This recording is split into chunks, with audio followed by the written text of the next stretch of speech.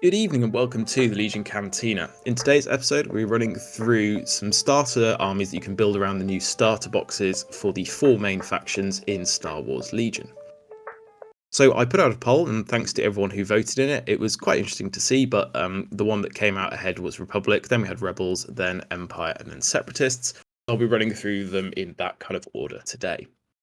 So starting off with the Republic one, it's a sort of Obi-Wan and Cody themed list with a few vehicles, some ARC troopers, some ARFs, and obviously you need your basic clone infantry in there as well to fulfill your core criteria. In terms of how this list would play, you've sort of got, Obi-Wan and the ARCs for a bit of up close and personal damage. You've also got the AT-RT with the flamethrower. Not necessarily the most competitive way to run it, but definitely fun and can deal out some big damage if you are able to get up close and personal. Then you've got a couple of, so you've got your Saber class tank as well, which has some good synergy with Cody. I've also given it the onboard comms channel, so that lets you kind of give out additional orders if Cody is able to give them an order as well. And then finally, obviously, you got those ARFs in there who are sort of a long range option. They can fire up to range 4, so some nice long range fire from them. But yeah, in terms of sort of how you would go about constructing this, you can see here on the in the box on the left hand side, you would get your Obi-Wan, your clone troopers, your ARC troopers, and your ARFs. So that would cover actually the majority of this list pretty well. And you'll spot a kind of theme through all of these in that these armies aren't necessarily super optimized, but they are optimized in the sense of trying to get as much value out of the starter box as you can, and then trying to sprinkle in a few extra units on top. So the only units that aren't actually covered by the starter box in this case would be Cody, the AT-RT, and the Saber class tank. In terms of adding those in, it's a little bit tricky. I've kind of tried to guess at what prices would be like based on kind of what we've seen up until now. Obviously, these prices may be a little bit inflated into the future, but we'll have to see how we go. And I've also tried to add the release dates on the progress map when you can kind of expect these to come out. So a bit of future planning there. If you're like obviously more urgent, you may want to go for other units that might be out sort of earlier on in that timeline. But for the Cody box, it's going to be, I think it's about $30, might be $35, and you can get it now. It's out now. The AT-RT would, I think, $25 to $30 is reasonable and will come out early 2026. And then the Saber class tank, normally I'm expecting $50 to $60 and will come out late 2025. Obviously, if you're able to find discount stockists and things like that, these prices will come down, and hopefully you'll be able to pick these up for a bit cheaper than maybe the costs I'm putting out here. But you would expect, with the starter box included, this army to come to around $200 to $250 for a full army. Obviously, I'm going to treat the starter boxes as around $100. We'll have to see how the world shapes up in the next few months in terms of how it affects the costs of Legion, obviously being the most important thing. But yeah, we'll have to see how that goes. Yeah, so I think this army is not, as I said, super competitive, but I think definitely strong enough to bring to a casual game or something like that. It has some nice tricks, has some decent damage, and with Obi-Wan Kenobi and that Saber class tank, you have two really tough threats that will be difficult for your opponent to deal with. I've also tried to construct these lists to sort of give you kind of experience of different kinds of units. So we've got some basic clone infantry here who are probably just going to be kind of objective cappers and not much else. You've got some arcs that can deal out some really nice damage with that Jedi Guardian, the targeting scopes. Then you've got some long range sniping units with, the arcs and the ARFs. Then that AT-RT, it's hopefully going to run up and throw some flames. And then the Saber class that can kind of deal damage at whatever range you need it to, really. It's decent up close and personal, but does kind of excel in those longer range engagements. In terms of other options you could buy, obviously we've got the Clone Marksman coming out fairly soon, which are worth a look if you've not had a look at them. They will be another option in the core slot, and they are going to be able to, fire at range 4 and things like that. So they have some decent options in there. And the other option, rather than trying to pick through, different individual units, is just to buy a second starter box. And actually, I think for Republic, it's one of the ones where I am going to be recommending that that's a pretty valid option, because while it does probably give you an excess of core troops, getting an extra squad of arcs and an extra squad of ARF troopers is pretty nice. And I think while the kind of second-hand value of these units is probably going to vary quite a lot, and I suspect some units will drop off in value quite significantly, as there might be an excess of Obi-Wan Kenobis running around, for instance. I think that's probably okay, and you're still going to get really good value. And even if you maybe swap a squad of clone troopers for something else, if you're collecting multiple factions and you've got a mate who collects something else as well, like these are all valid things. And I think these starter boxes offer such good value that kind of justifying it that way is maybe a bit easier than fishing around on eBay or trying to wait for these units further down the line to come out. So second starter box for Republic is definitely not a bad bet at all.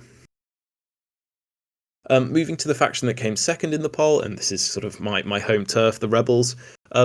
This is a 13 activation army, and it's got some nice tricks to it, and it has a lot of the named characters, which I think is a nice theme within Rebels. And I personally am a big fan of, like, not necessarily always maxing out your heroes, but definitely taking a few heroes and trying to play into that theme and things like that. So this has got Luke Skywalker, Cassian, Jyn, K2, 3 Rebel Troopers, which you get in the box, some Rebel Commandos, and a Rebels Strike Team, which you also get in the box, some Sleeper Cell, because obviously I'm going to throw Sleeper Cell in there, some Kashyyyk Resistance, so the sort of more shooting Wookiees, and then some AT-RTs at the end with the laser cannon.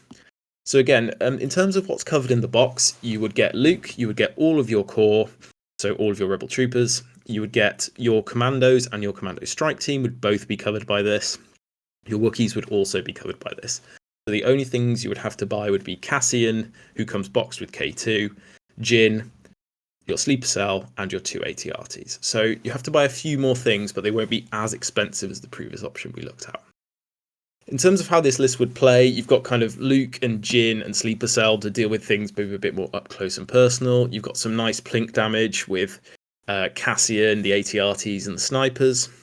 Your Rebel Troopers with the upgraded guns they're not going to deal loads of damage, but they pack a bit of a punch, and especially with that ion gun, it's always a nice thing to have running around.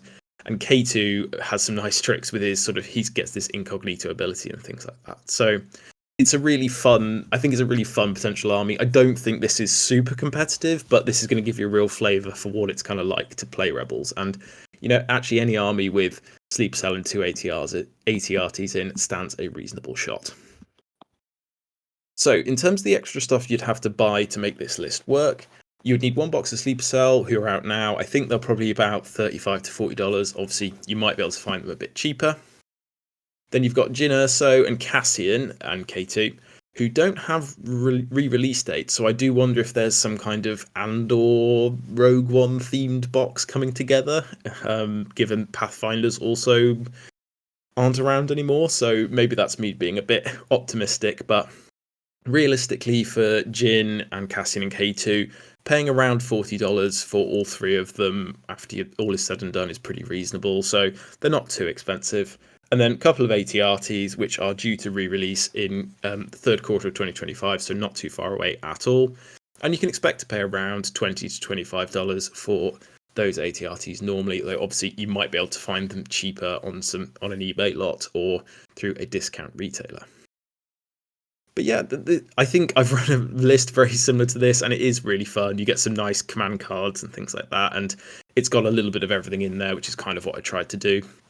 Total army cost anywhere from $225 to $275, which is not great now I write it down, but it's not ridiculously expensive especially given how much the starter box can subsidize things, so that's quite good.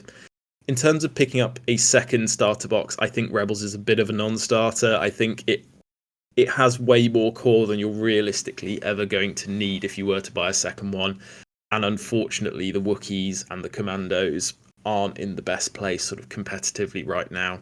Obviously, if you do want to pick up some Wookiees and some Commandos, they are going to be cheaper through the starter box, so absolutely go ahead and do that. But I would definitely recommend buying one, testing those units out before reinvesting into a second one as well. But as I said before, starter boxes do offer great value, and if you are able to split them up in an efficient way, or you have stuff you want to trade with people, then that could work out pretty well. I think we are definitely going to end up in a world where trading elements from starter boxes becomes quite a big part of the kind of Legion community, because I think they do offer just such a big discount compared to buying these units individually. Moving over to the third most requested one, which was Empire, and unfortunately I think this is kind of the worst starter box of the 4. yeah, it's just a lot of clones, and there's no, sorry, clones, stormtroopers, and there's nothing wrong with that necessarily, but it just doesn't kind of have the excitement that maybe I think some of the other factions can offer. But this list gets up to 11 activations, which in Empire is pretty good. You've got a Vader Veers thing going on, which again has a little bit of theme. I'm a sucker for Veers. I think, especially compared with an ATST, which is also in this list, he can be really fun and really powerful. Then you've got your 3 stormtroopers, which you get included in the box. Agent Callus, who is great right now, a really fun unit to use, a bit like Jin in Rebels, that kind of cheap operative who's just really fun to use and expendable in quite a fun way. So yeah, I really recommend picking up a Callus if you can get your hands on one. Then obviously you got your Scout Troopers and the Scout Trooper Strike Team, which you get included in the box.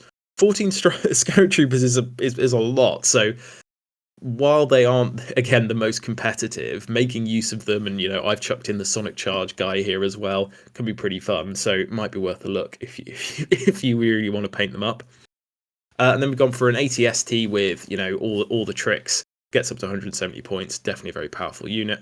And then a Dewback, because they are just a really fun thing. You could also put a speeder bike here as well if you wanted to. They don't fulfill like similar roles, but they are very similar in terms of points, so they would be absolutely fine. But yeah, in terms of extra stuff you'd have to buy to make this list work, you'd have to buy Veers, you'd have to buy Callus, you'd have to buy an ATST and a Dewback. So not too many things. I've tried to limit myself to sort of 4 or 5 extra units and kind of keep within a certain price, because otherwise it's just an army that happens to have some stuff that's in the starter box. But yeah, I think this list, again, Empire isn't the most competitive faction right now, but it has some nice tricks going on, and it's got 2 big threats in the ATST and Vader. Vader is a real handful.